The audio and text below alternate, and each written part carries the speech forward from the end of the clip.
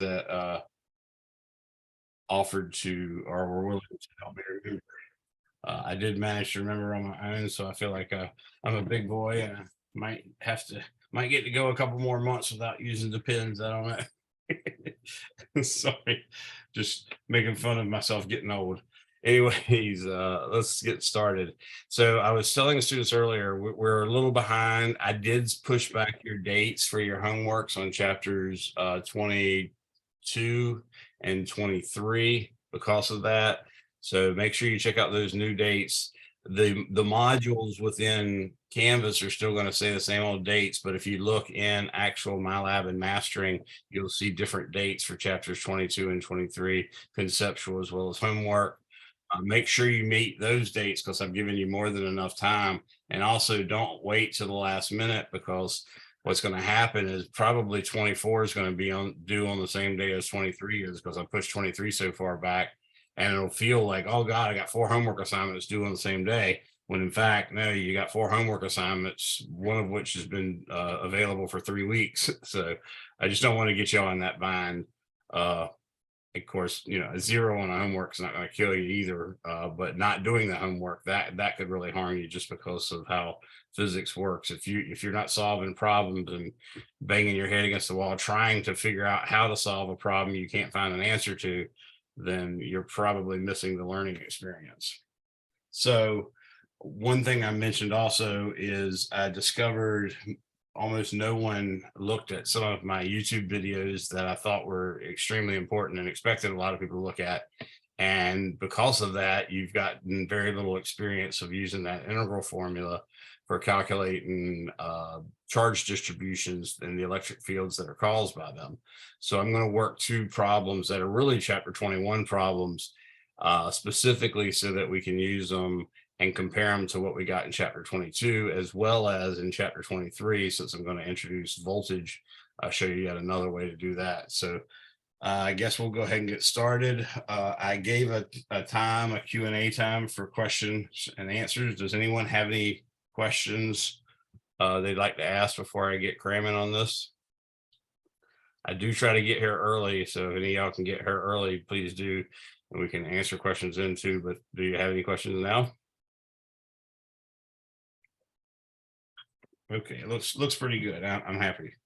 So, but feel free, guys. I mean, this is why y'all pay me the big bucks, is to come here and answer your questions. So make sure you ask me. It's nothing to be ashamed of. If you don't know the answer, I'm not like keeping track. Oh, that student didn't know this, I'm going to take off their grade. I don't do that kind of stuff.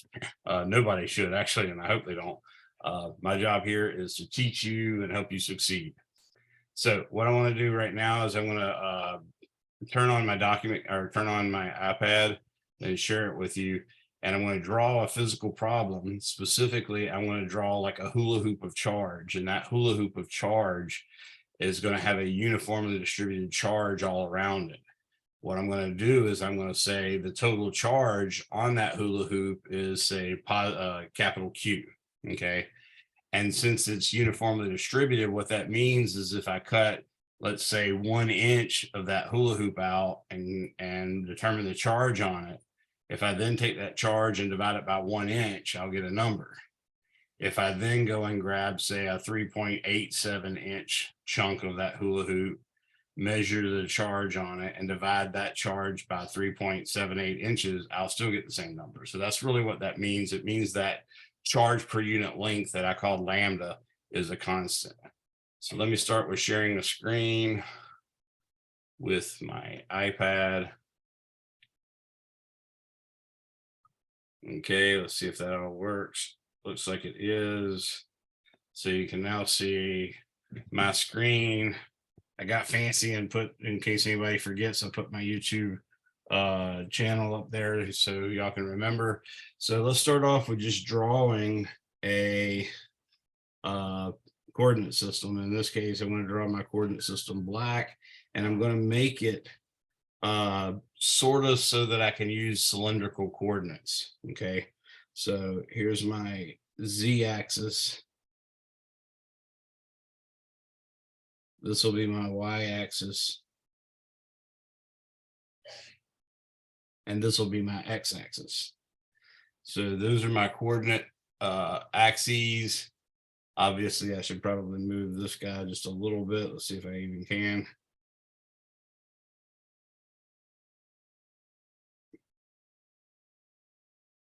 Okay, that looks pretty good. All right. So I got that. Now, this is my x-axis. This is my y-axis. And this is my z-axis. And what I'm going to draw is a charge distribution.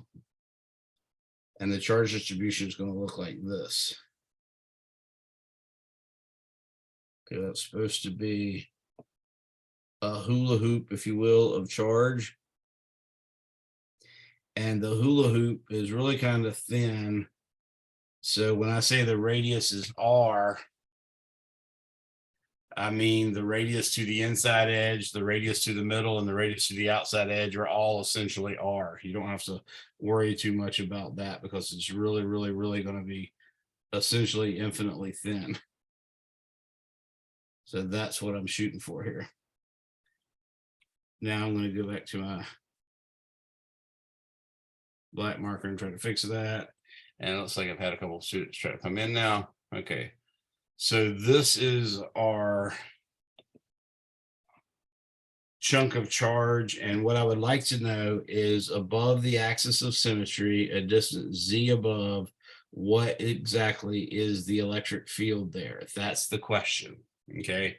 What I know is the ring has a radius of r. I know the total charge is q, and I know that it has a uniformly distributed charge, so that I could say lambda is actually equal to q over 2 pi r. Those are some of the facts that I know. Okay, and that's a really horrible looking 2 pi r.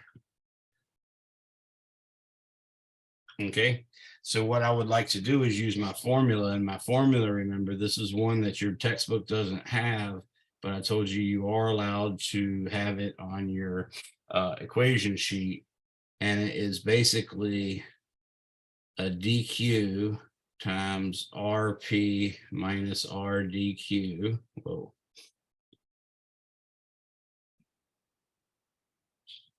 So there's a vector divided by 4 pi epsilon naught magnitude rp minus rdq. Oh, there I go again, writing dl. dq. And that will be, of course, to the third power. It would have been to the second power, but since I multiplied on the top by rp minus rdq, that increased the Coulomb law formula by a factor of that length. So I had to increase it by 1 in the bottom to make sure that it's still a 1 over r squared law.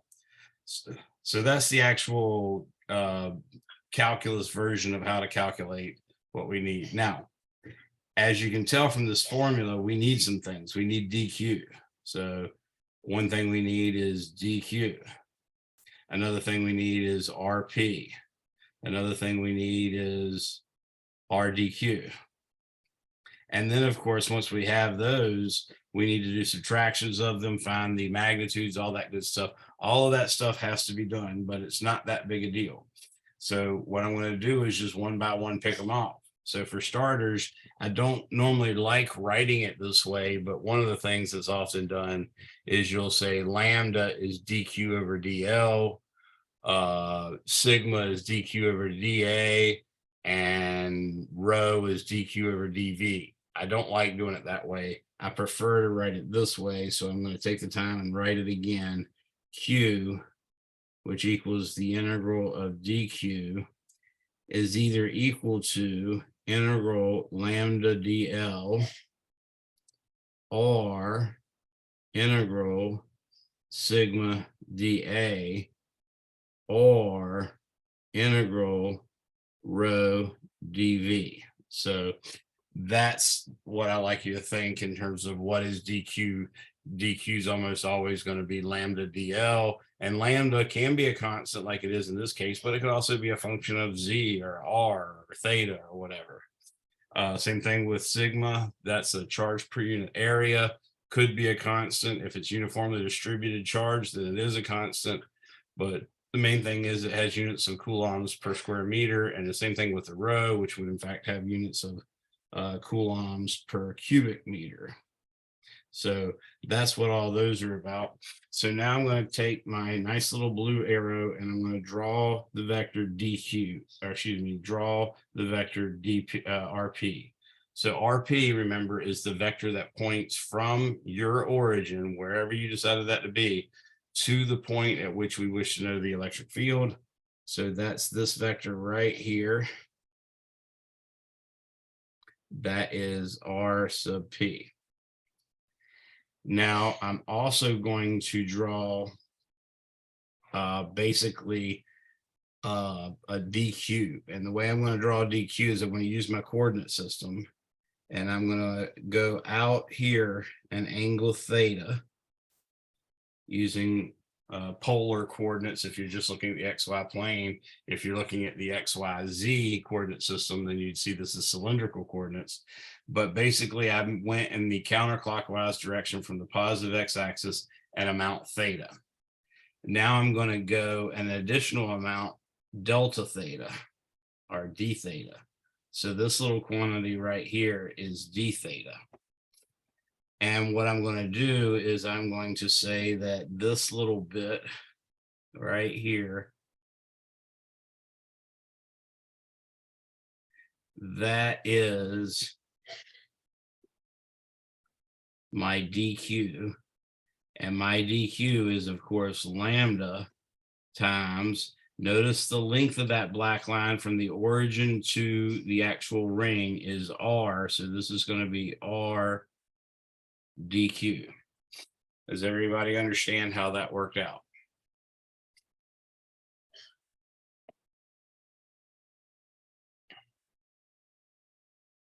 So it's got to be lambda times the length along the arc.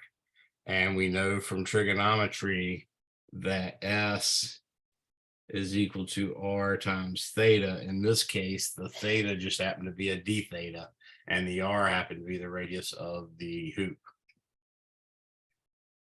Let's see, how many of you, if anybody, can now tell me in terms of I hat, J hat, and K hat, what is the vector RP?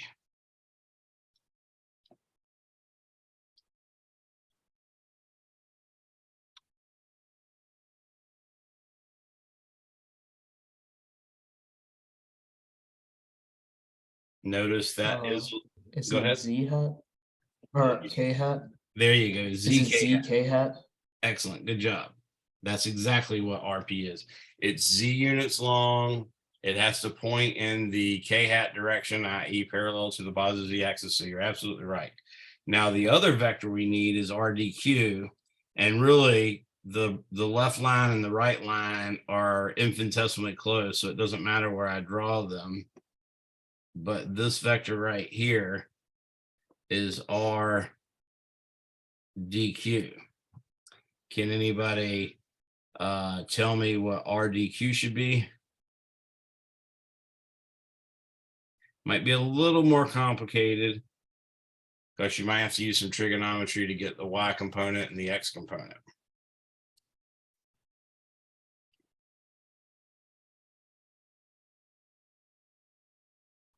Is it x squared I hat plus y squared K hat or J hat?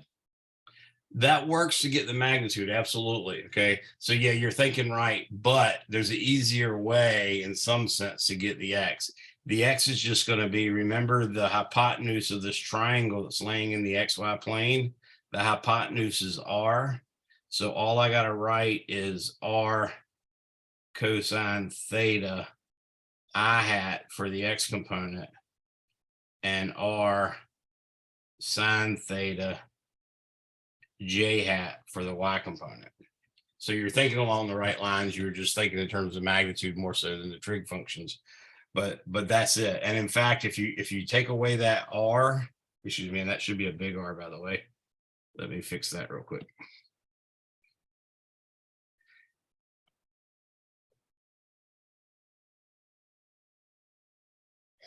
By the way, if you divide out that r, then you actually get the r hat vector that I've been using. I like to call the r hat vector actually rho hat when it's in cylindrical coordinates, just to make sure everybody knows, hey, I'm dealing with cylindrical coordinates, so this has no k components.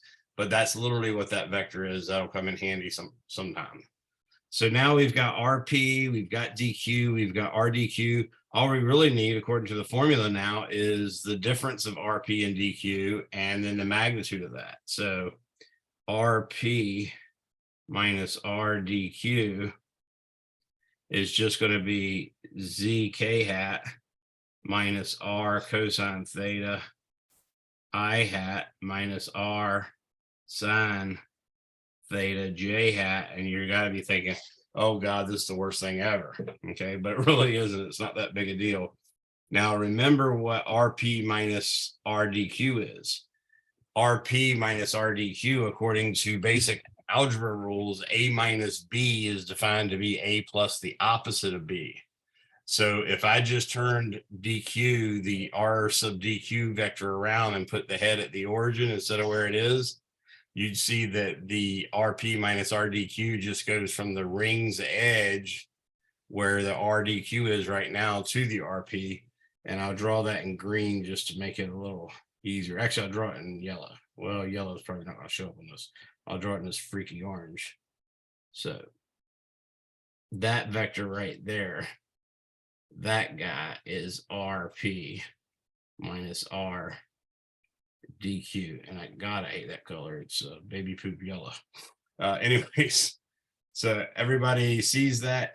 The reason why I draw that is I'm hoping now you can probably very easily tell me what the magnitude of RP minus RDQ is. Anyone want to take a poke at that?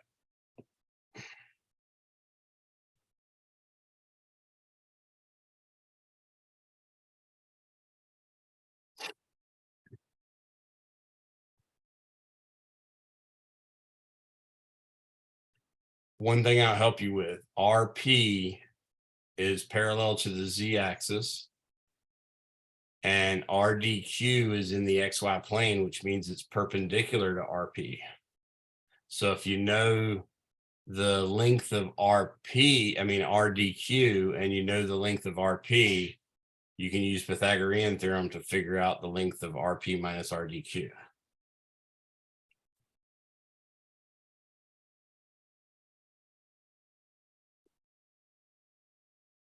Anyone?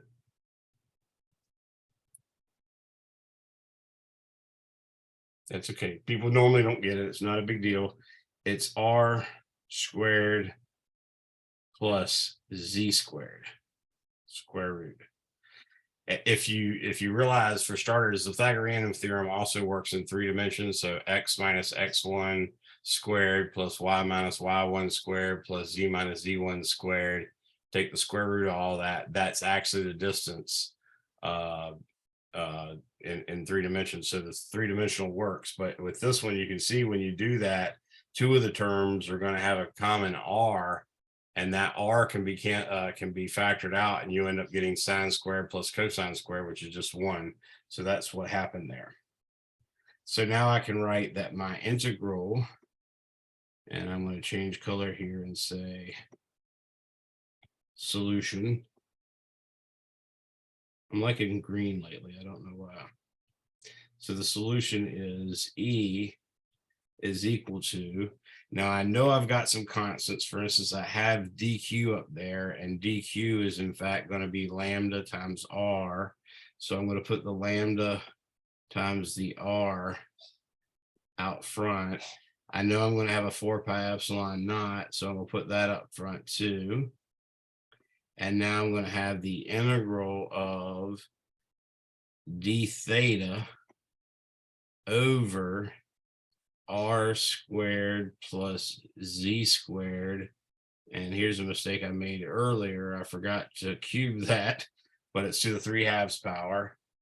And then it's going to be ZK hat minus R cosine theta I hat minus R sine theta J hat. Okay. Now, if you know anything about the trig functions, you can probably guess this, but let me show you just as a reminder. So cosine looks like that from 0 to 2 pi. And sine looks like that from 0 to 2 pi. Notice that when you go to integrate the I hat component, you're going to be integrating cosine theta d theta. The R's, the Z's, they're not playing any role in this whatsoever. So you're just going to integrate cosine theta from 0 to 2 pi. What do you think that integral is going to be? Mathematically, say.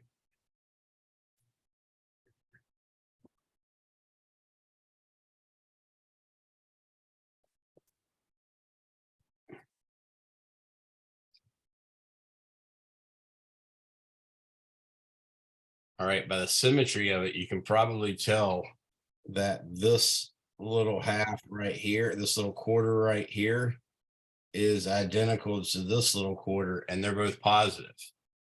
And in fact, you can probably tell that each of those is about half as big as this middle half, which is negative. So mathematically, you should probably be able to figure out that that's going to be, in fact, 0 over the integral, and it will. Physically, it would be the ideal thing for you to figure out why, but I usually go on the assumption that when people are taking a physics class, they're more likely to have never had a physics class before, and hence they're not as good with physics as they are, say, with math. So really what's going on here is I had this graph comes down like this and goes up like that. And let's say it ends right about there. And that gives us, of course, an integral that works out to be 0. The other way, though, the physical way, is if you imagine where dq is right now. So let's look at dq right here, right now. That's where dq is. That clearly is going to have an x component and a y component and a z component. But if you look when dq is right here, from the symmetry, I think you can see that the x component and the y component of that one is going to be exactly the opposite of the x component and the y component of the first one. So by symmetry, you would expect the only surviving component will be the k hat direction, and that's exactly right. So you could either go through the process of integrating all that to see that the I hat and j hat turn out to be 0. But you really don't have to. You can use the physics of the problem, and we're integrating from theta equals 0 to 2 pi. So really all we got now is that E, the electric field, is going to be equal to lambda, and we'll leave a space, R, and then Z, that's the Z that was in front of the K hat, all that over 4 pi epsilon naught R squared plus Z squared to the 3/2 power with a nice little K hat in front of it, integral d theta from 0 to 2 pi.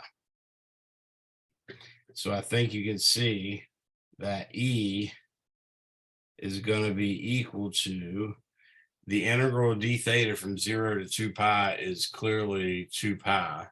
So I end up getting lambda times 2 pi r times z over 4 pi epsilon naught r squared plus z squared to the 3/2 acting in the k hat direction. And can anybody tell me what lambda times 2 pi r is?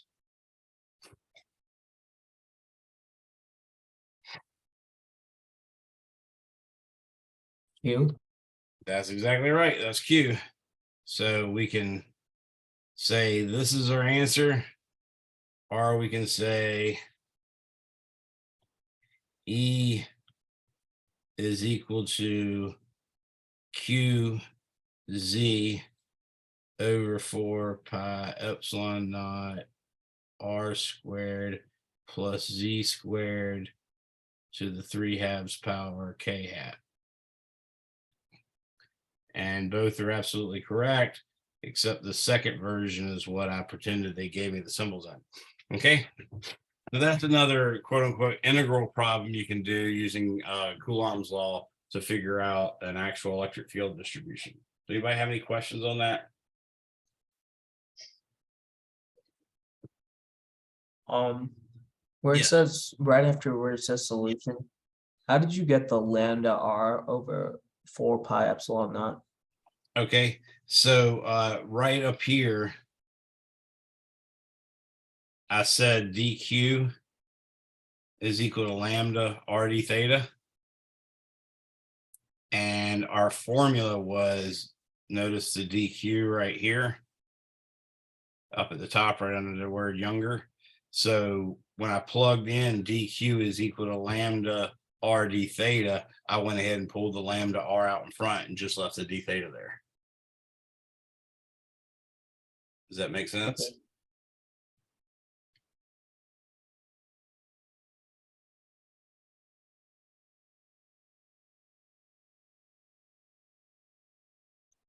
Now, this might sound weird to you guys, but what I've discovered is if you can articulate the steps that were taken, meaning if you can actually write in sentence form, and it doesn't have to be technically 100% correct, it just has to be correct enough for you to understand what you're talking about. But if you can write in sentence form the steps that I took to solve this, then you're in a lot better spot to actually be able to solve it. So let me rehash in my own words exactly what I did, and then you guys can try to do the same thing with your own sentences.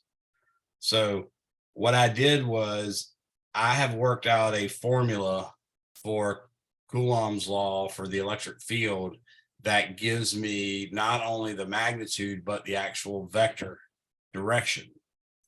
That formula is that the differential electric field, which means, in other words, to get the electric field, I'm going to have to integrate it, but the differential electric field dE is equal to dq, some infinitesimal differential charge element, times the vector rp minus rdq, where rp is the vector that points to where I want to know the electric field from and it points from the origin, and rdq is the vector that points from the origin to the little infinitesimal dq that I'm interested in. All of that is divided by 4 pi epsilon naught times the third power of the magnitude of that same vector rp minus rdq.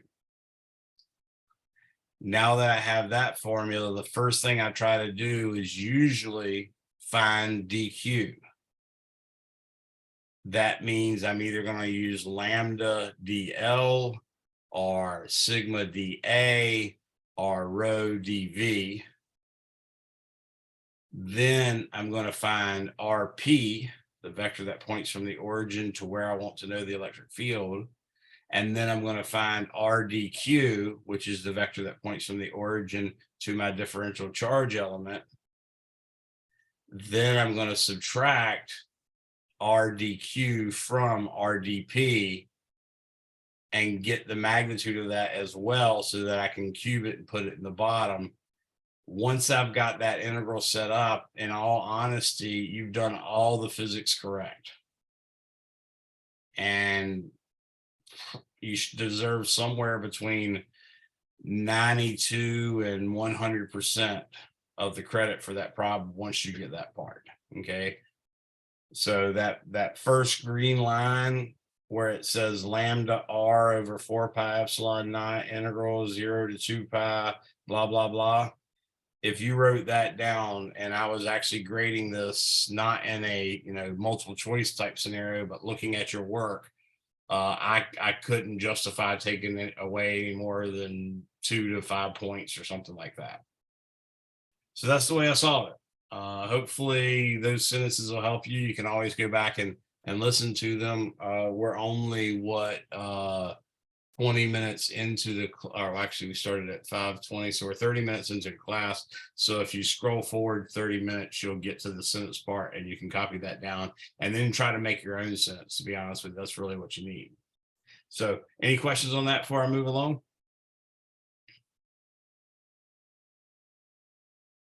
All right, now this is neat because that actually gives me a solution that I can use in a weird way. Because the next problem I'm going to solve is yet another one I've put on my YouTube channel, but no one had looked at, and it comes in super handy. So let me do it again. I'm going to switch back to my black coordinate system, and I'm going to do another cylindrical coordinate system.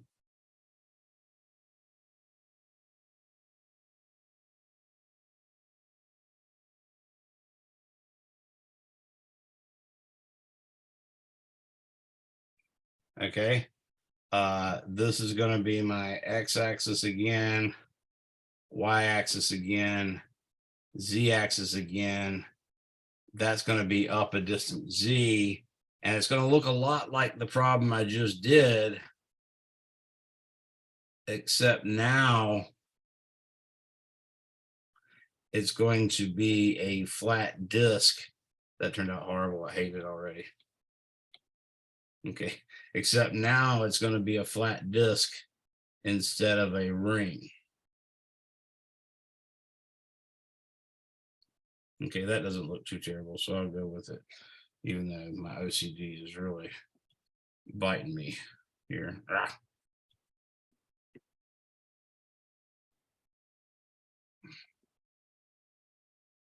Oh, that was supposed to be black.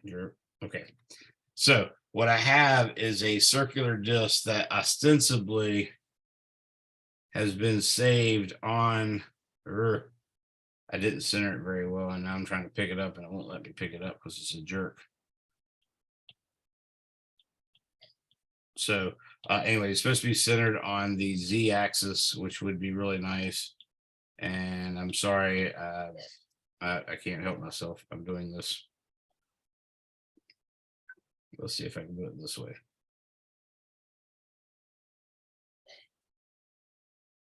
That looks pretty good. Okay, so I cheated and used to I let it draw it. That looks a little better to me. So what we're going to do is we're going to imagine a charged disk that has a uniform charge density, but has a total charge Q. And in fact, what I'm going to say is that this charged disk has a radius R, a total charge Q, and it's uniformly distributed charge per unit area is sigma, which I think you can tell would mean that it's Q over pi R squared is what the sigma is. Okay, I try to put that in again so you can get an idea of what I mean by sigma, what I mean by lambda, what I mean by rho. So what I'd like to calculate is the electric field at this particular spot right here. Okay.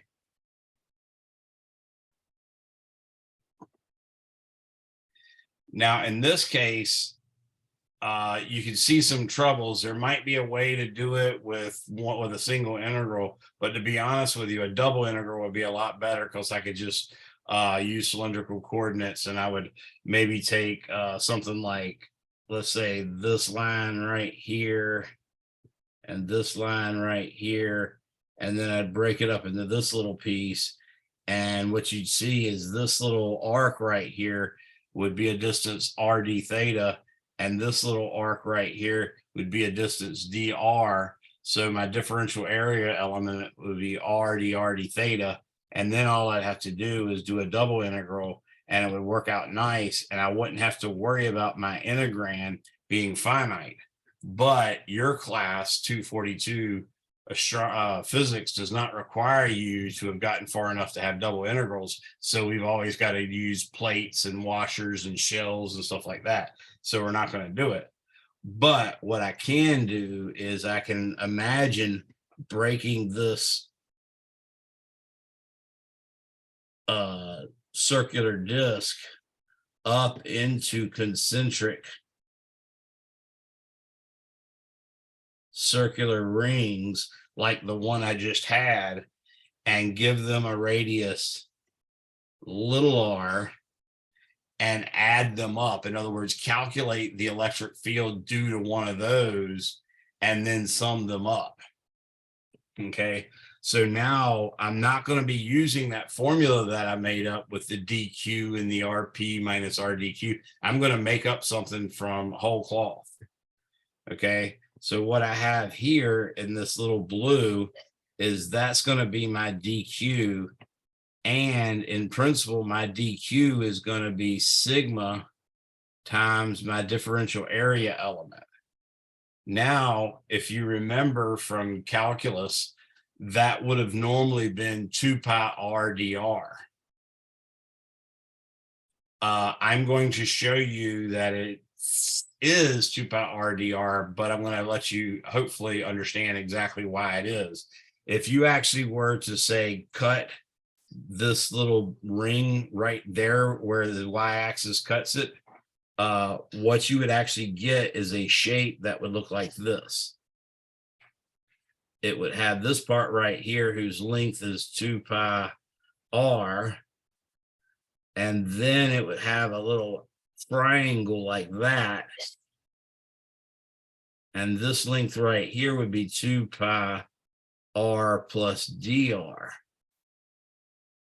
and that little difference right there would be pi r on the left hand side and pi r on the right hand side, or excuse me, pi dr on the left hand side and pi dr on the right hand side. So it's not technically correct to call that 2 pi r dr, even though this width right here is dr.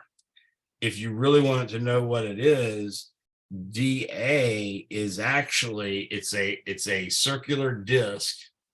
And y'all know the formula for the area of a circular disc, right? What's the formula for the area of a circular disc?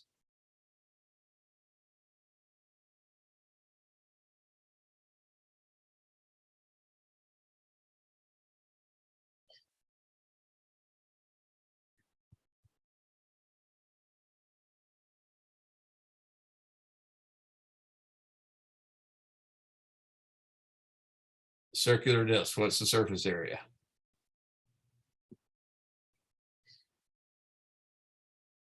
It has a pi in it. And in fact, that outer one here, the outermost line, the innermost line goes to the inside. So the R goes from the origin to the innermost line, and then it's an additional dr thick. So the outermost circle, if you ignored the hole in the middle, would be pi times r plus dr squared. And then to get the little circular annular regions, what that's called, you'd have to subtract the inner area, which would be pi r squared. So when you do that, I'll factor out a pi from both terms, and you'll get r squared plus 2r dr plus dr squared minus r squared. And you can see from that that this r squared and this r squared cancels out. And what you end up getting is 2 pi r dr, which is what we'd normally use, but we'd also get plus pi dr squared. Now, you know from calculus that just like when we did the derivative, we took a limit as delta t or delta x approached zero. It was an infinitesimally small thing. When you're doing an integral, you do a Riemann sum, and that's the same thing. You're taking the individual steps of the little rectangles that make up the area under the curve, and you're taking the limit as the width of those little rectangles, dr, or in this case dr, in those cases maybe dx, as they go to infinitesimally small. So if, for instance, dr was 0.0001, that's 10 to the negative fourth. Well, dr squared in that case would be 10 to the negative eighth, and of course is essentially nothing. So what we do is we say this part right here is approximately equal to 0. And that's why it's okay to use 2 pi RDR. All right. Now, what we do know is that the differential electric field that we had just found from the previous problem was that DE was equal to QZ. So I'll say Z times DQ over 4 pi epsilon naught. And then it had R squared plus Z squared to the 3 halves. And of course, that was pointing in the K hat direction. So that's the electric field that's caused by that little blue ring I just drew. What I want to do, though, is I want to integrate that DE so that I can get the total electric field as a result of all those little rings. So I go as follows. Again, I'm going to jump to my green solutions, which I like for some reason right now.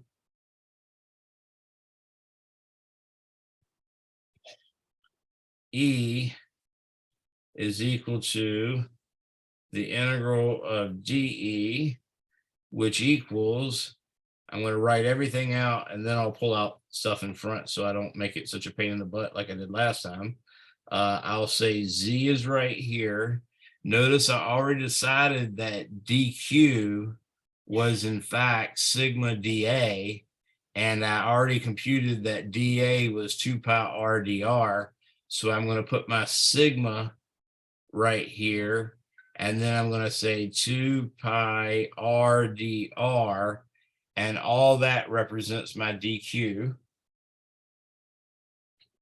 And then all that will be over 4 pi epsilon naught R squared plus Z squared to the 3 halves power in the K hat direction.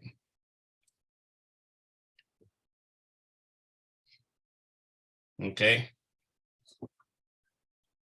Writing my electric field again. I'm now going to pull all the stuff that I'm not using. So for instance, I'm going to pull out the sigma. I'm going to pull out the Z. I'm going to pull out the 2 pi. And I'm going to pull out the 4 pi epsilon naught. And all I'm going to be left with is RDR over R squared plus Z squared to the 3 halves. I'll even put the K hat out in front. And I got to integrate this from R equals 0 to big R.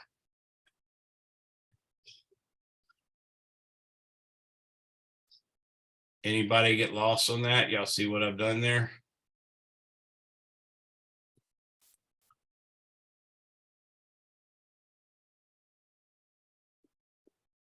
Now this is wonderful because I have an R in the numerator. So I don't have to do a trig substitution. I can just do a regular simple substitution. So my substitution is going to be let R squared plus Z squared equal U. Yeah, I know I usually write U equals that. I don't know what made me do it this way this time, but here I am. Okay. That means that du is just going to be equal to 2R dr. I already have an R up top. That's what I meant by we're lucky we don't have to do a trig substitution. But what I do need is I need a 2 up there in front of the R. So I can either steal the 2 from the pi up top, or I can put a 2 in and then put another 2 in the bottom. I'm going to steal the pi from the top, or actually no, I'm going to put a 2 in the top and a 2 in the bottom and go back to my green. And what's going to happen is I'm going to have a sigma Z 2 pi over 8 pi epsilon naught k hat integral 0 to r. Now I put that 2 in the bottom that made that 4 pi epsilon naught into 8. I also put that 2 in the top that made that 2 rdr into just du. And in fact, it's du. Actually, let me do it a different way. It's u to the negative 3/2 du. So sigma 2 pi z over 8 pi epsilon naught k hat. Now the integral of u to the negative 3/2, remember when we integrate a polynomial, even with fractional exponents, you add 1 to the exponent and then divide by that exponent. So the exponent is negative 1/2. I want to add 2 halves to that. That's going to give me negative 1/2. And then I divide by negative 1/2, which is the same thing as multiplying by negative 2. So I'm going to get negative 2 times 1 over the square root of r squared plus z squared. And that's going to be evaluated from 0 to r. Okay.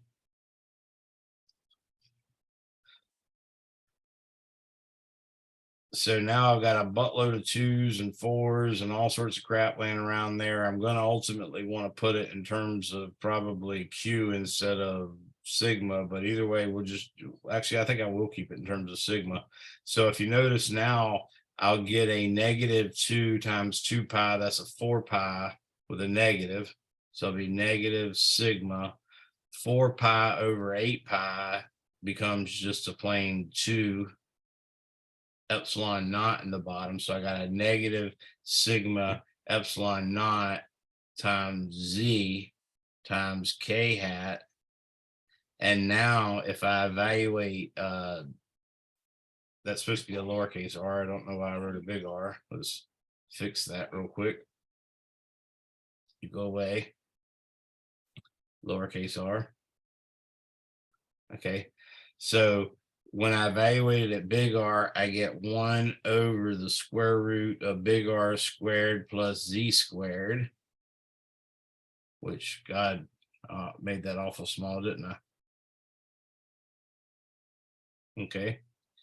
And then the other one's going to be minus the square root of z squared, which means basically 1 over the absolute value of z. Now that might seem a little weird. Notice I have a k hat here, but I'm going to multiply through by that negative, and I'm also going to multiply through by that z. And what I'm going to get is E is equal to, check this out, it's going to be sigma over 2 epsilon naught, which hopefully that looks familiar to you guys. Because I distributed through that negative and that z, the negative term is going to become positive. And if you divide z by its absolute value, then you're going to get 1. And then the other one's going to become minus z over the square root of r squared plus z squared. And then, of course, all that times k hat. Now, the whole reason I did all this is I want you to see, if you take the limit as r approaches infinity, I think you see that basically you end up getting just plain sigma over 2 epsilon naught, which is the exact same formula. Well, I put a k hat there too. It's just the exact same formula we got when we did an infinite plane with Gauss's law. Pretty cool, huh?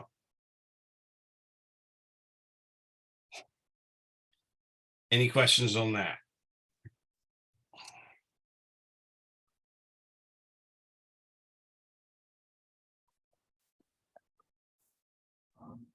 How did you get the -2? Okay, when I took the integral of u to the -3/2, that becomes -3/2 plus 2/2, which gives you -1/2. And then you got to divide by -1/2 as part of the integral process. Dividing by -1/2 is the same thing as multiplying by -2. So that's where that came from.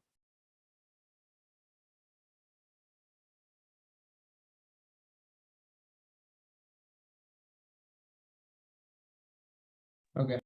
Make sense? So Yeah. right now, everybody's being quiet. And I want you to know, hey, it's not that, you, whichever student that might be listening to me, are the only one that's not getting it. Okay. Chances are everybody's going, whoa, this is really hard. I can't believe this. Okay. So don't fret it. It's not that big a deal.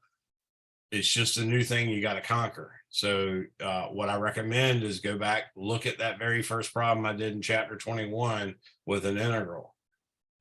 Read that example, watch the video of me working that example. I think I got 3 different videos of me working that very problem on my YouTube channel.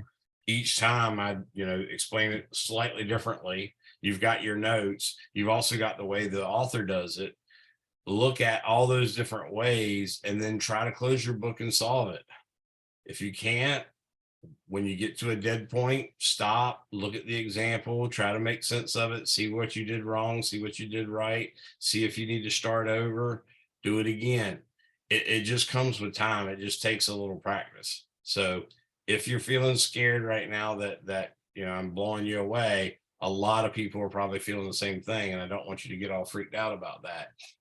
That being said, every semester this happens to all of my students in this class, but every semester all of my students in this class, save 1 out of 30 pass. And even like the 1 out of 30 usually gets a D or something like that.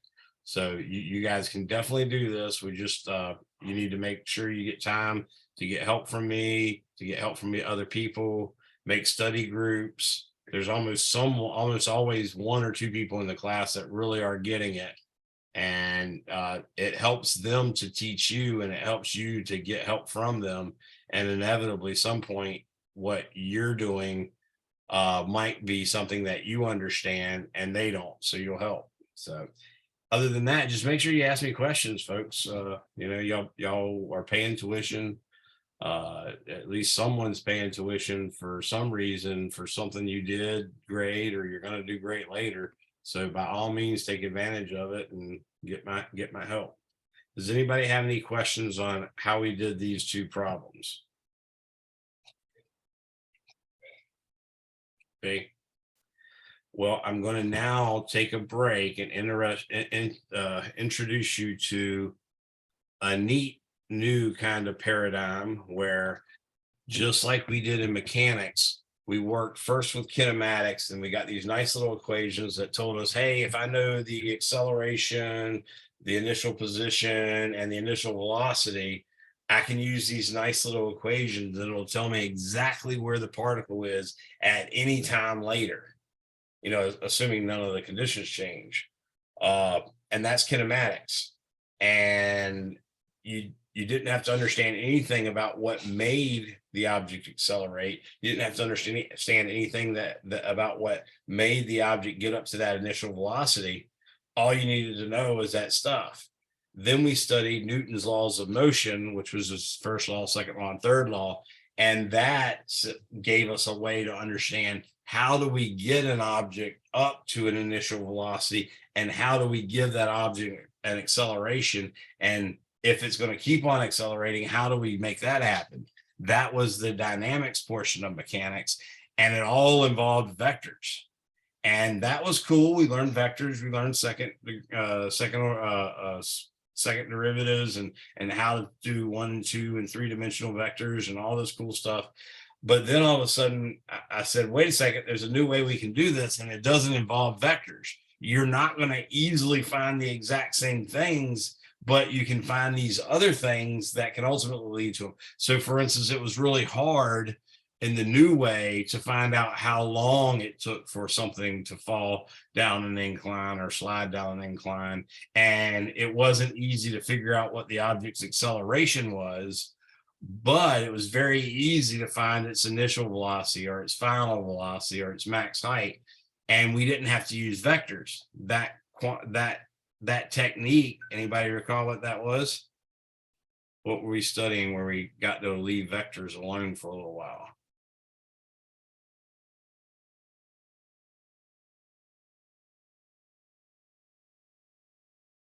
Starts with the syllable con.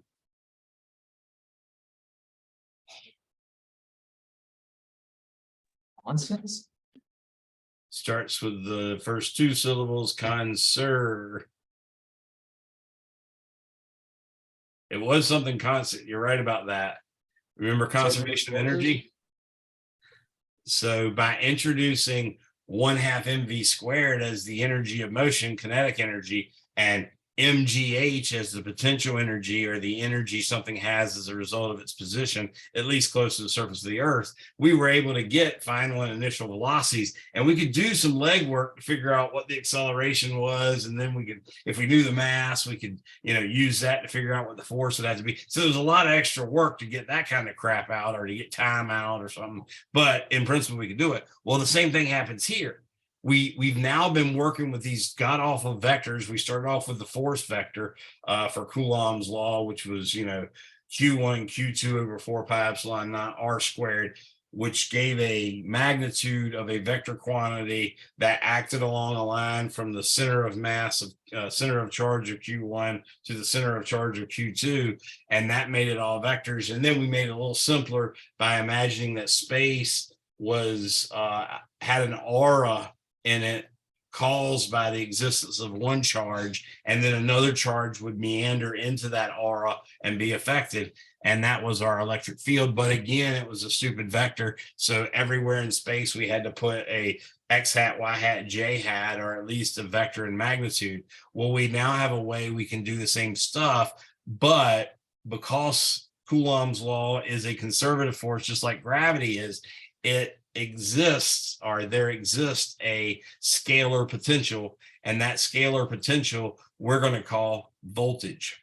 Okay, so this is how we're going to play that out, and it's an exact parallel to how we played out the electric field. Remember, we did the force, which was Q1 Q2 over 4 pi epsilon naught r squared, and then we said, okay, well, part of that force is coming from the charge of the thing that's being affected. So that's kind of stupid. Like Q1 is creating the aura, but Q2 is being multiplied by it. So clearly it's partly responsible for its own force. Why don't we just get rid of that part? So we took the Q1 Q2 over 4 pi epsilon naught r squared and divided out the Q2, and that gave us an electric field.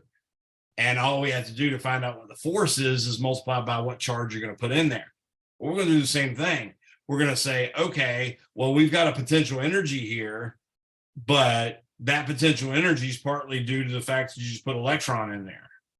Well, the electron's affecting itself, so let's divide out the electron. So that's what happens. So let me share my screen with you and give you a little bit of an insight into where we're going. This is chapter 23, and we're talking potential energy, and specifically something called electric potential energy. Now, notice in both of those cases, I ended the phrase with the word energy, and that's the indication that we're talking about energy that has units of joules. There also happens to be a quantity called electric potential. That is a quantity that does not have units of joules. That has units of volts, and that's where we're going.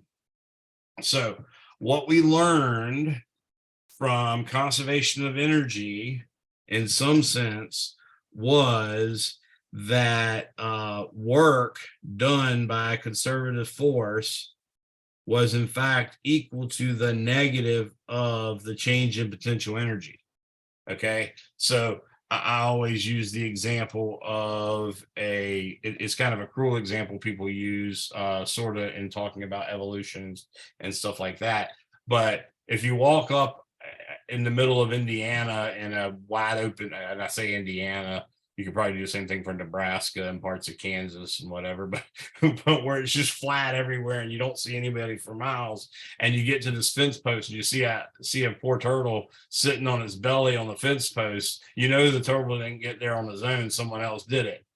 But I like to start from that part and say, does the turtle sitting on top of a fence post have a high or a low potential energy compared to when it's sitting on the ground?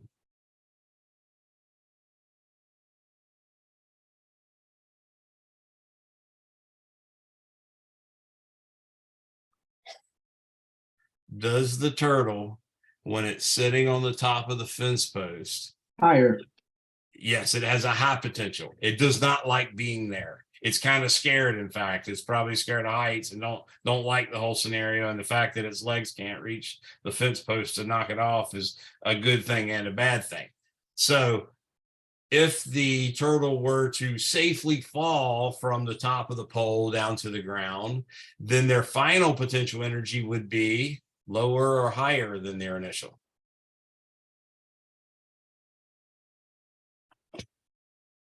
Lower. Lower. And always, always, always in physics, when you have that delta, that means U final, whatever the symbol follows the delta, that symbol has a U final minus a U initial.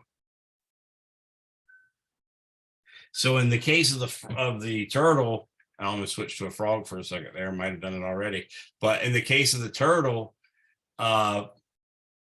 nature allowing it to come down safely to the ground resulted in a potential energy that went from high to low.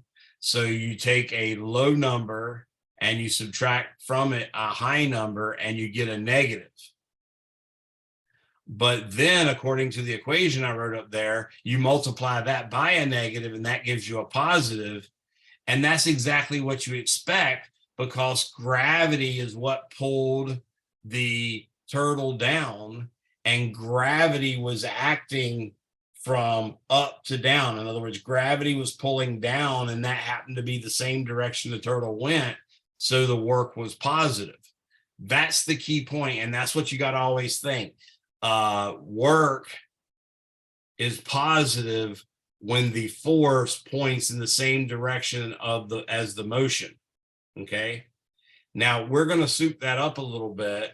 And what we're going to do is we're going to say, well, I know, for instance, that therefore delta U is equal to the negative integral of F dot DL. Does everybody know, for starters, why I said the integral of F dot DL?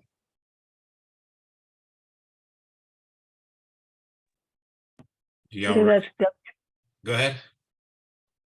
Because that would be W. Yeah, that is work, right? And then the negative is in there because the work is actually the negative of the potential energy, right? So here's an idea. We don't use F anymore. We stopped using F after the first day of class. I mean, we can still calculate it, but we didn't use the F formulas anymore. We started using the E formula. So check this out. What if I were to say delta U divided by Q is equal to the negative integral of F over Q dotted with DL? What would that F over Q be called?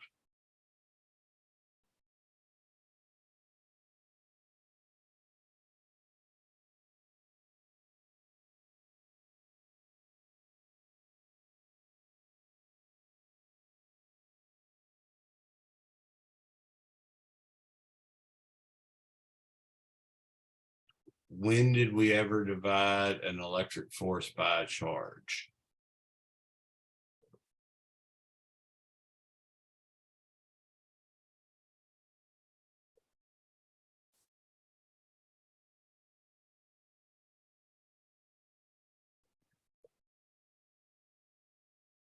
Type it in the chat if you're shy.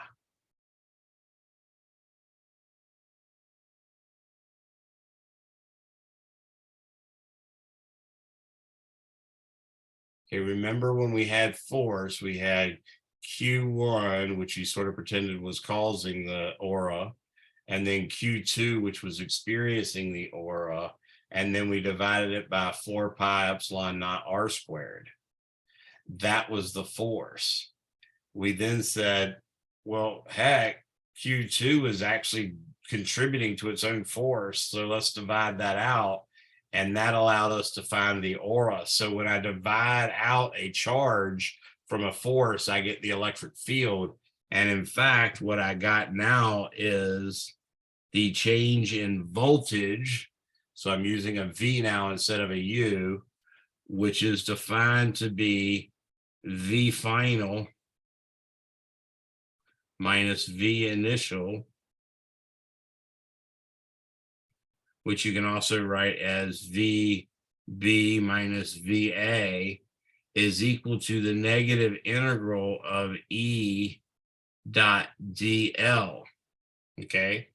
And that shows us that the units of the volt is equal to 1 joule per Coulomb.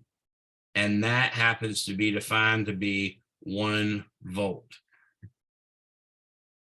Okay.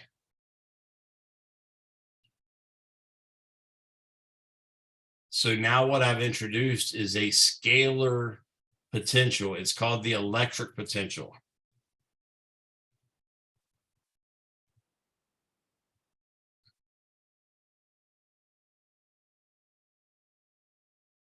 Which is also called the voltage.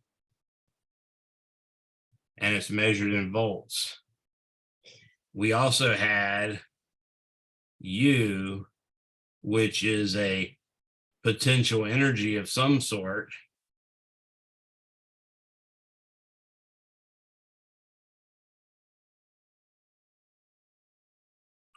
But that was always measured in joules. Okay. So that's a big difference. That I left the quotation marks empty there because it could be electric potential energy. It could be gravitational potential energy. It could be nuclear potential energy, all that sort of stuff. So now we've got a working definition, if you will, of this concept of voltage. And this voltage is a scalar that we can use just like we used U. And not only that, we've got a nice little expression. This one, by the way, is the big super important one. But I think you can also see that delta U is equal to Q times delta V is another very important equation. And not only that, that allows us a whole new unit for energy, specifically 1 electron volt, that's a unit of energy, is equal to 1.602 times 10 to the negative 19th coulombs times 1.00 volts. And remember, a volt is defined to be a joule per Coulomb. So 1 electron volt is equal to 1.602 times 10 to the negative 19th joules. And that's another expression we can use. It turns out that energy unit is just a lot more useful when you're dealing with electrons and protons. I went to patient first the other day because I hurt my back, and they did an x-ray, and I happened to notice that the x-ray machine had an energy of 25 kilovolts. So I immediately knew that they were bombarding me with photons, since it's x-rays as opposed to radiation treatment, which they would have hit me with protons or electrons or maybe even a random neutron here and there.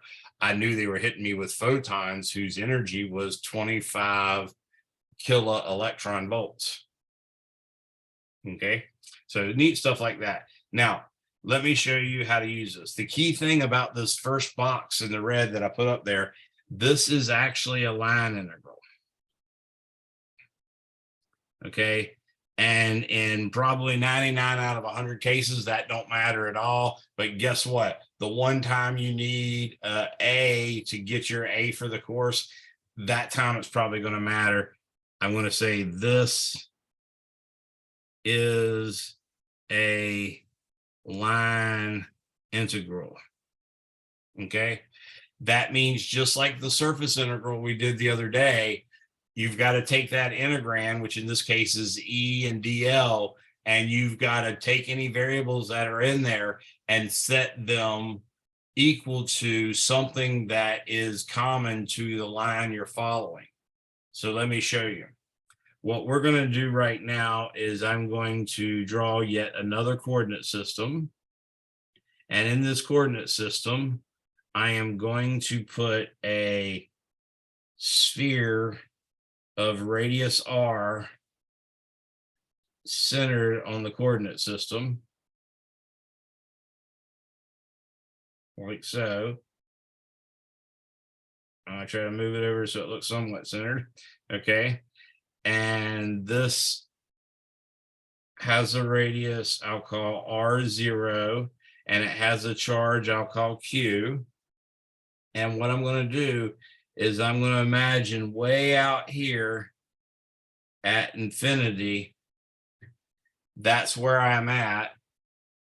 And since I'm at infinity, the voltage should be 0 because I'm infinitely far away from that charge.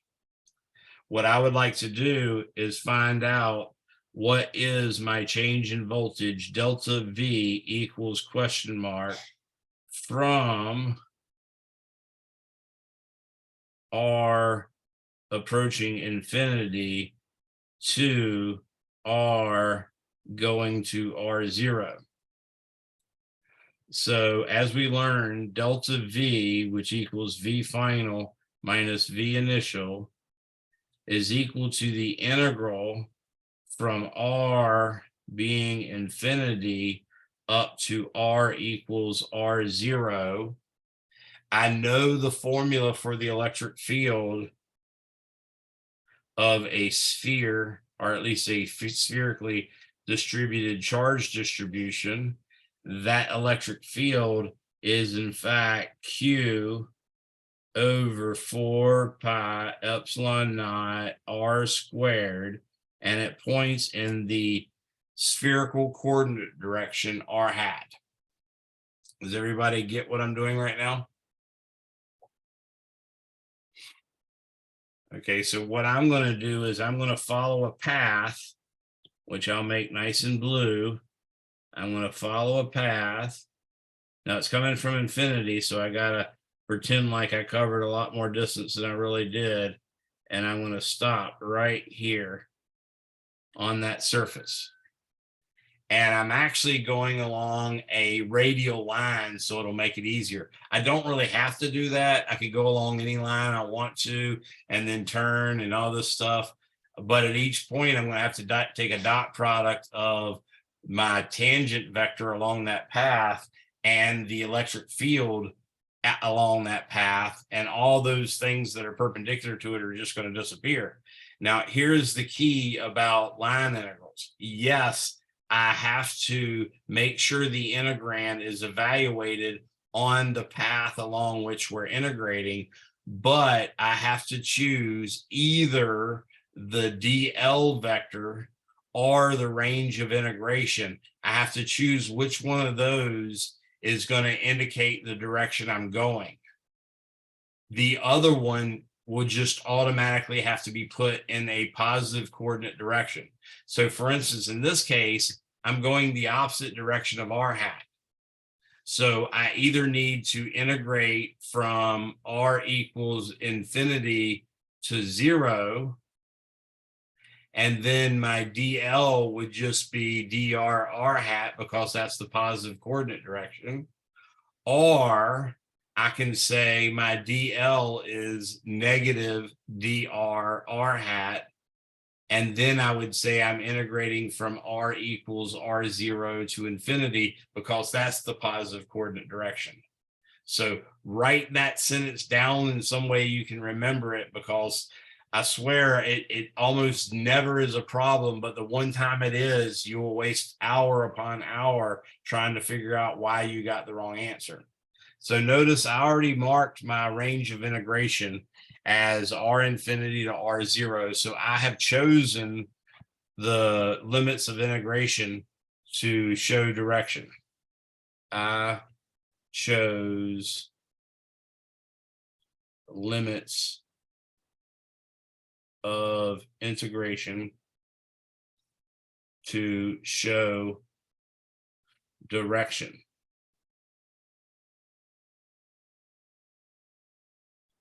And you can see that from that and that. So that means that I just now put the positive coordinate direction, which is going to be dr r hat. In other words, I'm going along a radial line.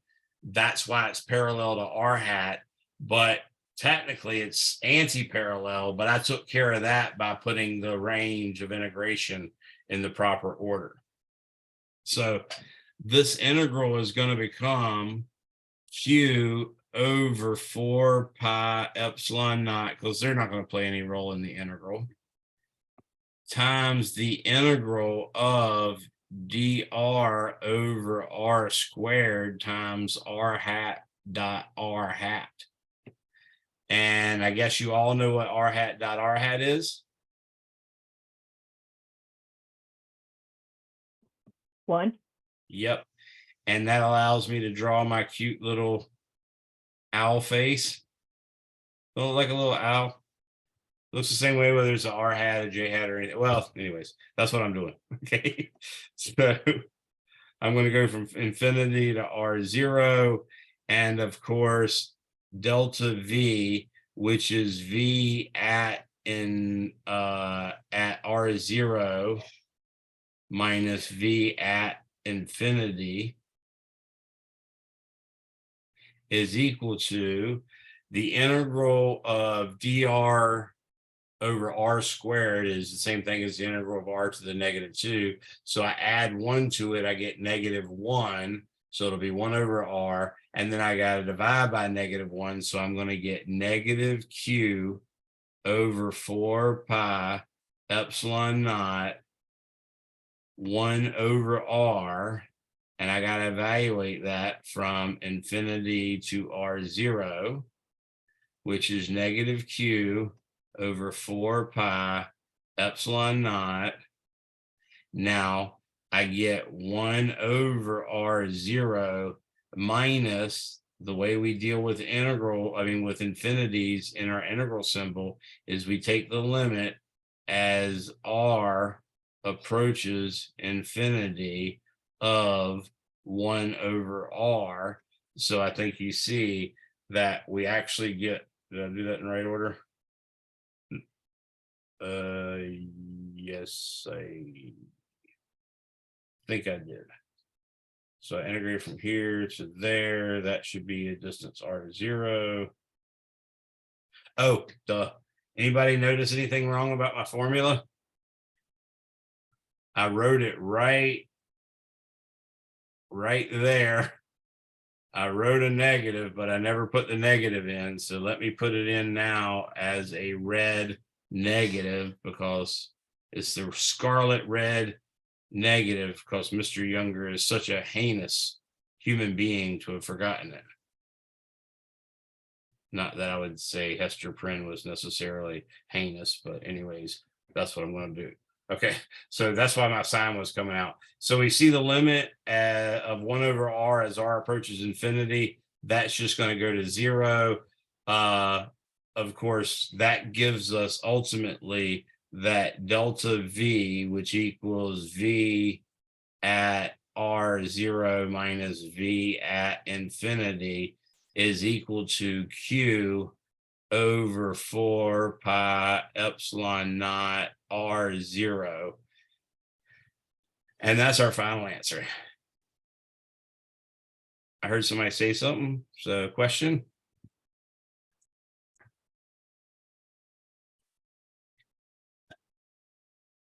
Sorry, I forgot that negative. I don't know why I didn't do it, but I didn't.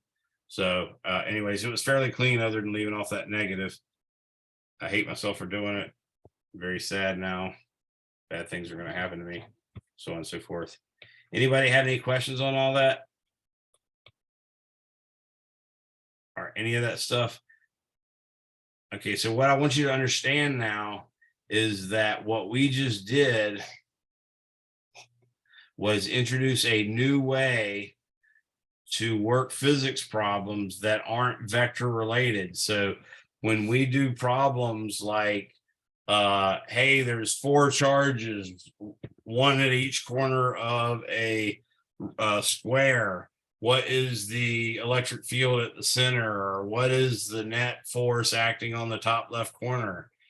We still do that exactly the same way, but now we don't have to do vectors. We're just adding these up. Some will be, this is a place, for instance, unlike Coulomb's law, when I told you to avoid putting in the signs for Q at 1 or Q2. In this case, you're absolutely going to put the sign in, and you're just going to use that formula Q over 4 pi epsilon naught times R, where R is the distance between the charge causing the voltage and the position where you wish to know the voltage. So you'll see the examples are a lot easier. I will finish up chapter 23 next time. You actually have really all the details between me showing you this and between me telling you what I just told you. You have all the details you really need to finish chapter 23, but I'm still going to show you, do some more examples on our next meeting. It is 8:40 and some change, so you guys are certainly welcome to leave. Make sure you ask me any questions you might have. Send me an email. If you don't get a response from me within 1 school day as spelled out in the syllabus, then feel free to text me. Don't call me first, because I'm probably not going to answer the phone if I don't recognize the number. But if you text me first, then I'll hopefully remember the number. And have a great weekend and stay safe.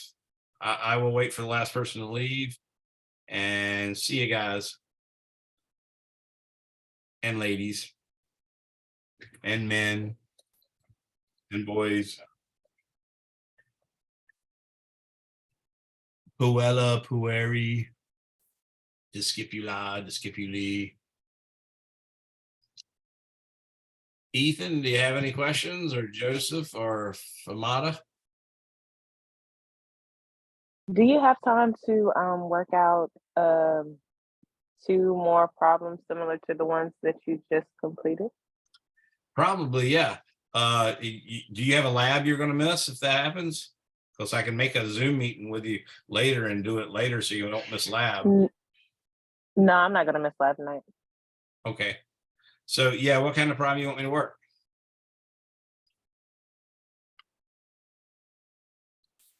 It can be any of them. So you're looking for like another integral type problem like the one I worked, or an integral with voltage, or an integral with electric field? The integral with the electric field. Okay. So one that I like to do, and this is kind of fun. Let's see here. Is I can do that same problem we just did for the, I don't know why my thing won't slide during you. I can do that same little ring of charge that I did earlier. I can do that, but make it half a ring, or I can do that, make it a third of a ring. And then this neat thing happens in that the symmetry isn't there. So you don't just automatically lose the X and Y components. So let me try one of those and see if that helps you. So I'm going to share my screen again. Another one you can try, and I definitely would like you to try that on your own, is try to take that one I did with the infinitely long wire, and just instead of integrating it from negative infinity to positive infinity, integrate it from -4 meters to +4 meters, or negative L/2 to positive L/2. That's really good practice. So what I'm going to do here is I'm going to go ahead and create another coordinate system.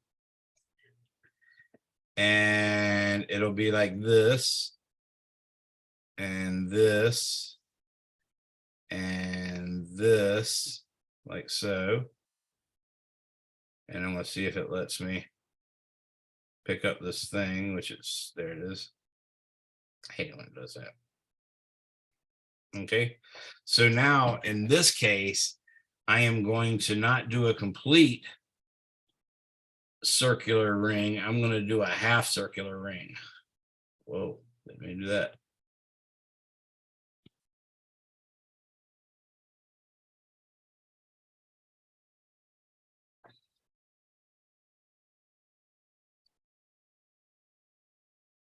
And it's going to be a ring of uniformly distributed charge. So I'm going to say lambda is equal to a constant. And in fact, lambda is equal to Q over just plain pi r, because this distance right here is just going to be r. Okay. This is going to be my x-axis. This is going to be my y-axis. This is going to be my z-axis. And I'm going to want to find out what the electric field is at that point up there along the z-axis. Okay. So what I'm going to do is I'll take and try to locate a differential charge element. So what I'll do is I'll draw a line from the origin to here. And I'm going to call that little angle theta. And then I'm going to let that angle theta change by a small amount. And that small amount will be d theta. Then I'm going to call this little amount of charge right here. That's going to be called dq. And it's going to be equal to lambda times r d theta. And we know what lambda is. I've already given you that sort of thing. I know that E is equal to the integral of dE, which is equal to the integral of dq rp minus r dq over 4 pi epsilon naught r, actually I should do a different symbol for that instead of the parenthesis, rp minus r dq, and that's going to be cubed. Okay, so that's what we've got laid out. Now I need to figure out what rp is. Rp is this vector right here. Can you tell me how to write rp?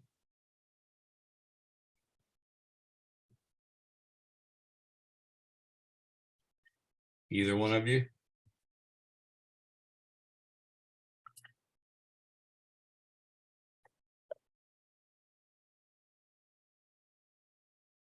One quick I thing. cannot. Okay, so one way to remember, you can always take a vector. If you know its magnitude, you can multiply how long that vector is by a unit vector that happens to point in the right direction. So for instance, if you wanted to find a vector that's 12 meters long, but it's parallel to the x-axis, all you have to do is say 12 meters I hat. If you want it to point along the y-axis and you want it to be in the negative y direction and have a magnitude of 3 meters, you'd say negative 3 meters j hat. Can you tell me what the length of that vector rp is that I just drew?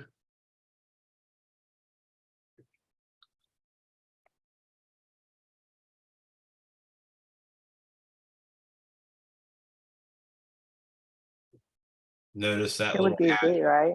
Yeah, it's z. So z units long.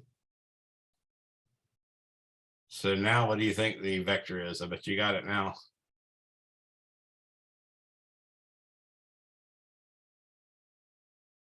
Also, don't be shy. Like people forget whether I goes with X, Y, or J, or K, or Z, or whatever.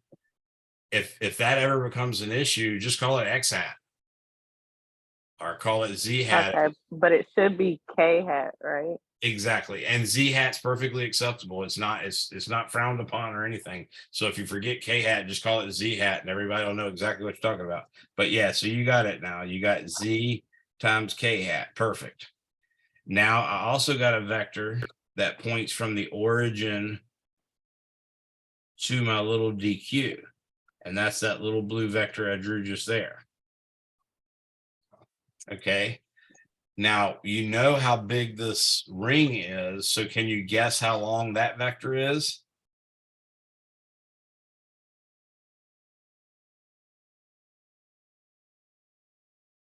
Just how long it is. I'm not trying to make up. I'm not asking you for X components or Y components. Can you just tell me how long it is?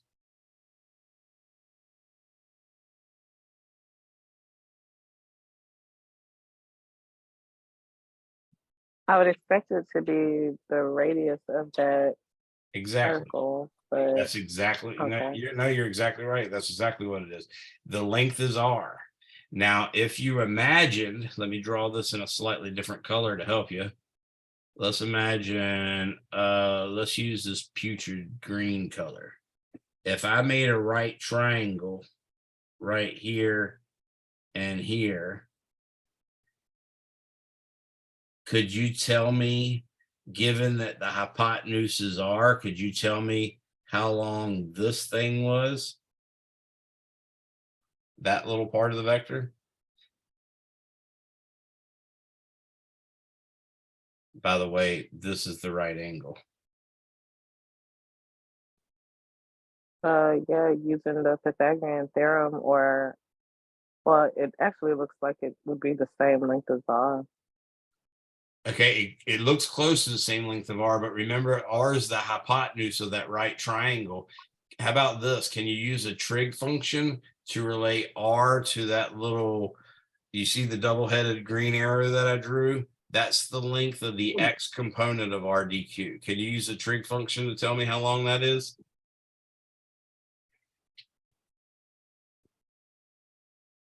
Okay, because we have the adjacent side, we should be able to find it. Exactly, it's the adjacent side. So which trig function are we going to use? Cosine. Yep. So in fact, that X component is R cosine theta, and then you just put an I hat by it. What about Okay. this guy right here? That's also part of that right triangle. What's its length?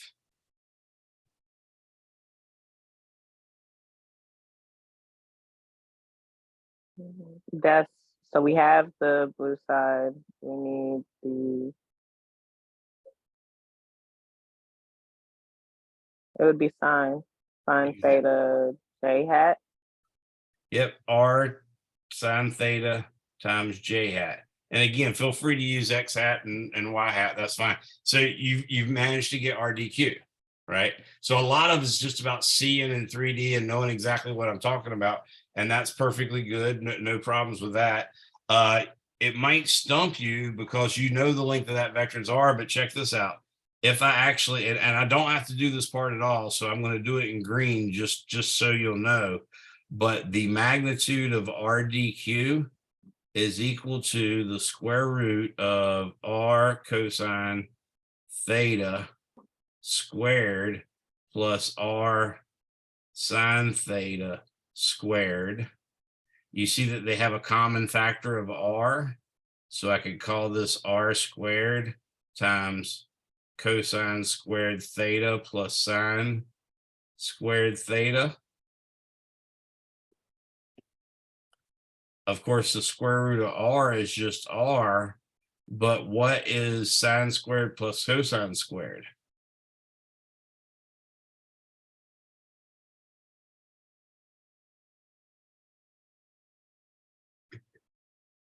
It might be a while since you had trig, but I bet you know this one still.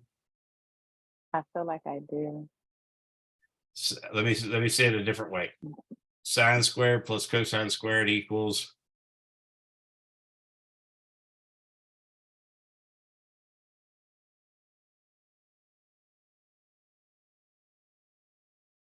Remember that trig identity? Sine squared plus cosine squared I equals feel 1. like it's one. Yeah, that's it. So It is that's how one, that but it works out. seemed like it was too easy. Yeah. Okay. Yeah. So that's it. That's how that works out. So that was what I saw the danger when you realized the length was R. That actually made it worse for you. So I wanted to regroup and show you why it's okay. It did still come out to be R. So we've got RP, we've got RDQ. You actually have them in IJK notation, which is the easiest way possible to add vectors. So I wonder if you can tell me, actually, I don't want to do it in green anymore. Can you tell me what RP minus RDQ is? You've got RP written up there and you've got RDQ written up there. Can you tell me what it's going to be? It'd just be Z K hat minus R. Right. But not just R. Remember, it's RDQ. So you got to do R cosine theta I hat minus R sine theta J hat. I ran out of room there. So actually what I'll do is Okay.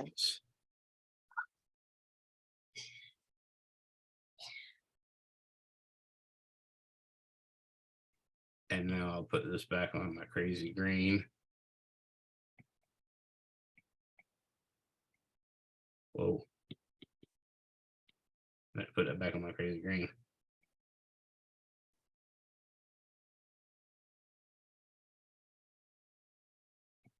There. Okay, so now you've actually figured out the whole vector. Now, here's the neat thing. You can actually compute that magnitude when you have a vector that has a I component, a J component, and a K component.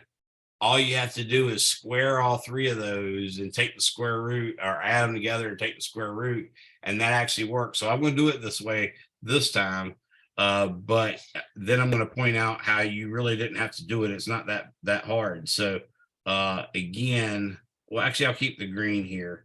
I'm going to say the magnitude of RP minus RDQ in green is going to be equal to the square root of Z squared plus negative R cosine theta squared plus negative R sine theta squared, which doesn't look all that good until you factor out the, notice the negatives aren't going to matter because you're squaring them, they're going to become positive. But you do notice that the second and third term both have a common R squared in it, don't you? So you end up getting R squared times cosine squared theta plus sine squared theta. Now, can you guess what the ultimate answer is?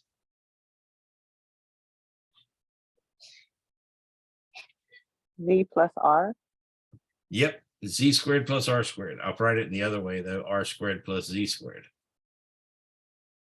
That's it.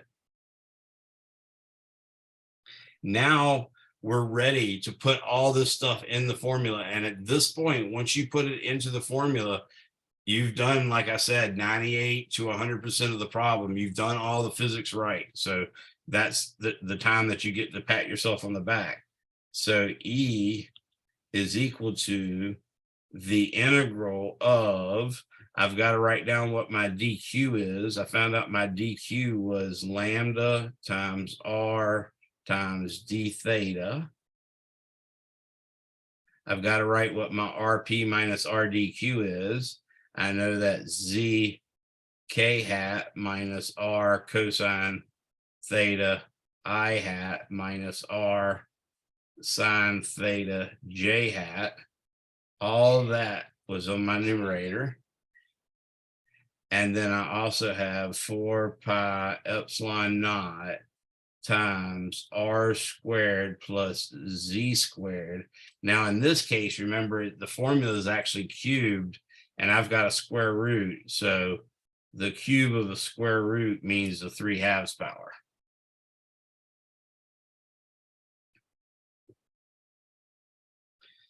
So if you can write that, you really, really, really have done all the physics.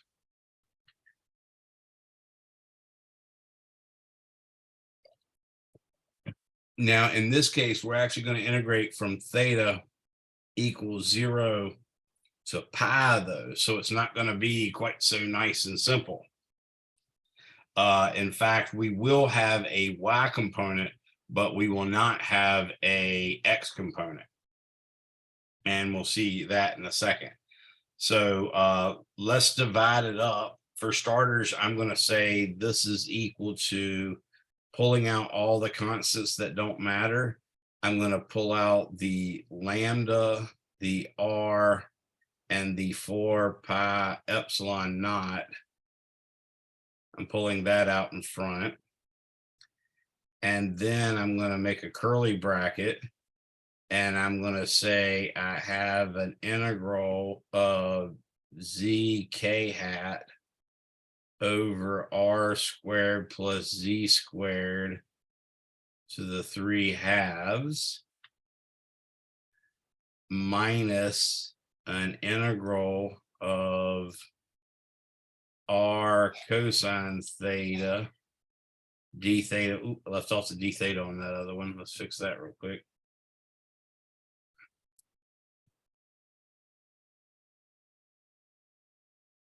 R cosine theta d theta, and that one was an I hat, and that's going to be over r squared plus z squared to the 3 halves, and then minus an integral of r sine theta d theta j hat, and this is the one that I'm thinking is not going to go to 0.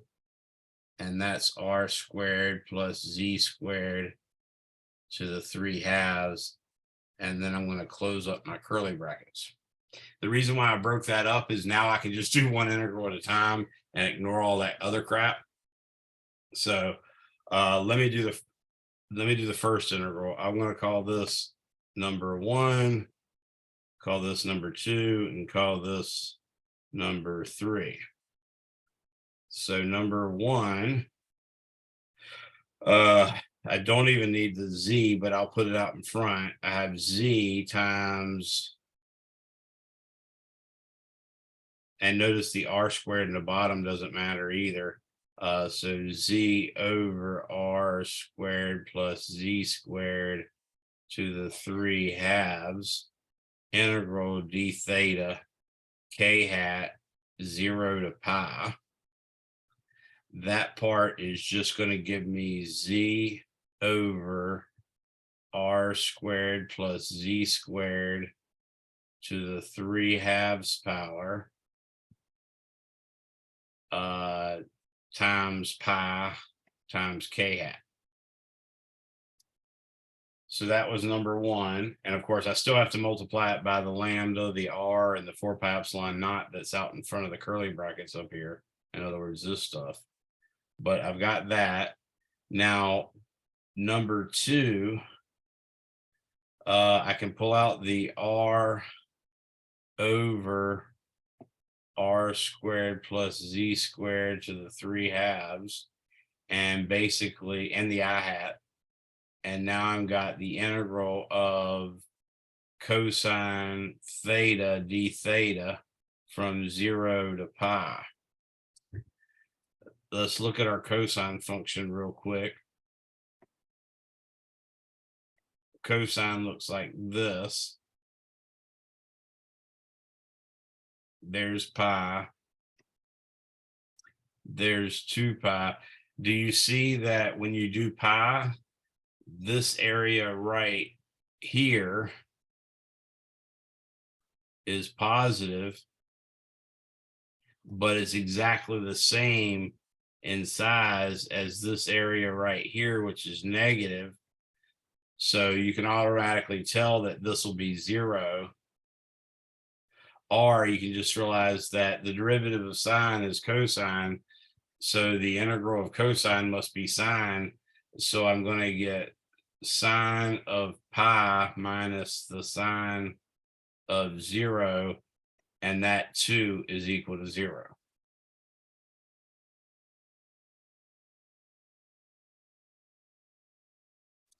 So that's why the second one disappeared. Now I can do number 3.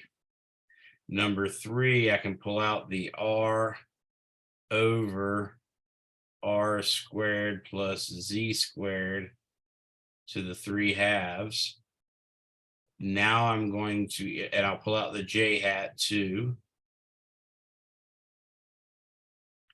And now I've got the integral of sine theta d theta from 0 to pi.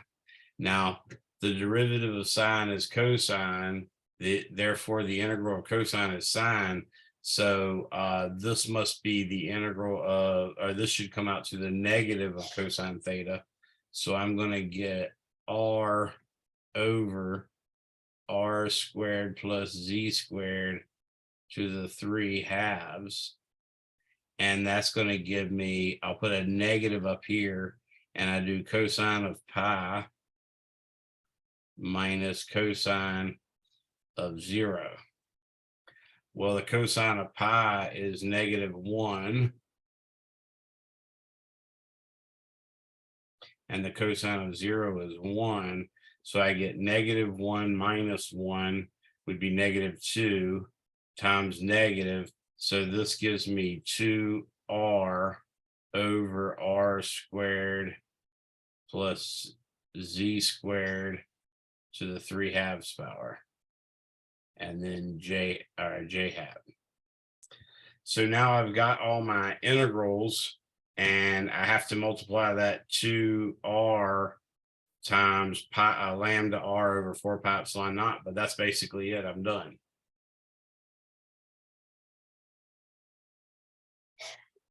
Let me see if I can copy that right quick. Lambda r over 4 pi epsilon naught.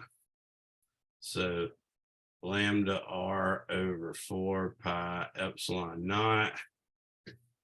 Now I need that times 2r over the square root r squared plus z squared to the 3/2.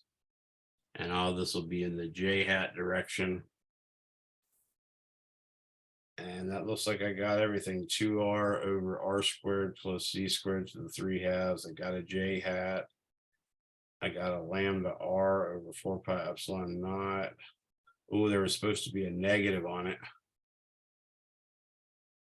And that would make sense. Notice that a positive charge on this half ring would definitely push in the negative y direction. So E should definitely be a negative of all that. So I ultimately get negative. What I could do is get it back to cube by multiplying top and bottom by pi, but I'm not going to do that. I'll say 2 lambda r squared over 4 pi epsilon naught r squared plus z squared to the 3/2, all that times j hat. And that should be the right answer, barring any crazy mistakes.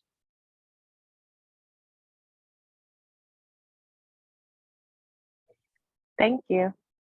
No problem. Did that help you a little bit? Yes, it did. I think just going a lot slower gives me the opportunity to make sense of it. Yeah, it's not a trivial thing, and like I said, I just like my students to have access to every bit as good a course as no matter where they're going. So no student from TCC is going to leave my class and say, well, damn, I had a weak class compared to my friend who went to, UVA or Chapel Hill or something like that. And I just, to do so, I have to put more work in, but I don't mind because I want you guys to get it. So hopefully that did help you. And by all means, ask me anytime. We can set up private Zoom sessions. You can meet me for office hours, whatever you need, and hopefully that'll help you.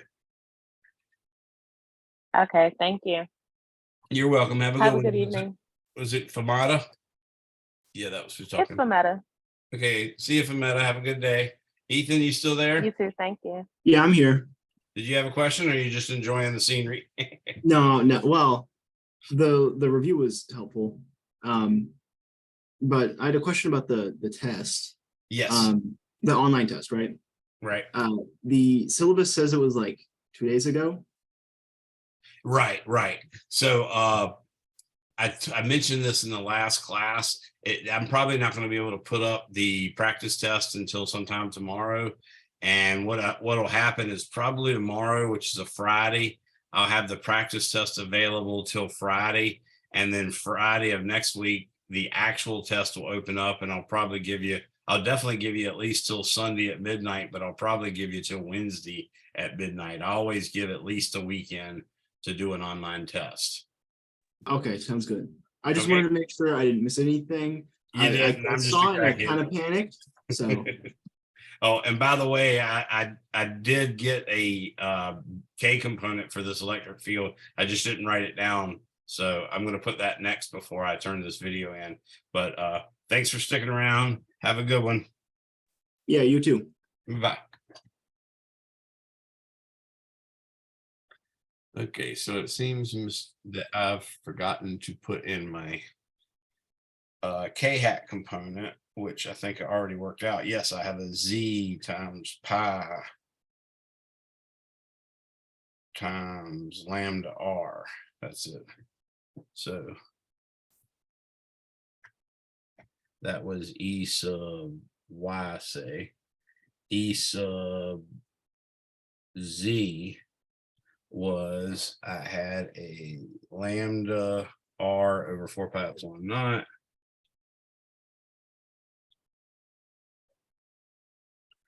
That was all what I pulled out in front. But I also got a Z times pi on top over R squared plus Z squared to the 3/2 power. And that, of course, was times K hat. And in this case, I actually made a boo-boo because I said, no, I did do it right. I said lambda would be Q over pi R, which is exactly right because it's a half circle. So I can now make this into E is equal to, notice pi times R times lambda is just Q. So this is going to be a Q times Z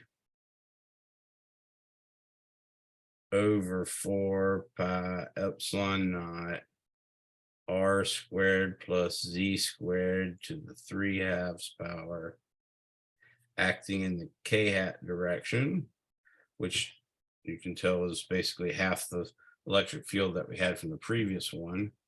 And then minus, I could do 2. I really need a pi up there, but I'm not going to get a pi up there without a double pi down the bottom. So what I'm going to do is substitute the Q in there because the lambda is not something we were supposed to do. So the lambda is going to become Q over pi R. So I'll get -2 Q.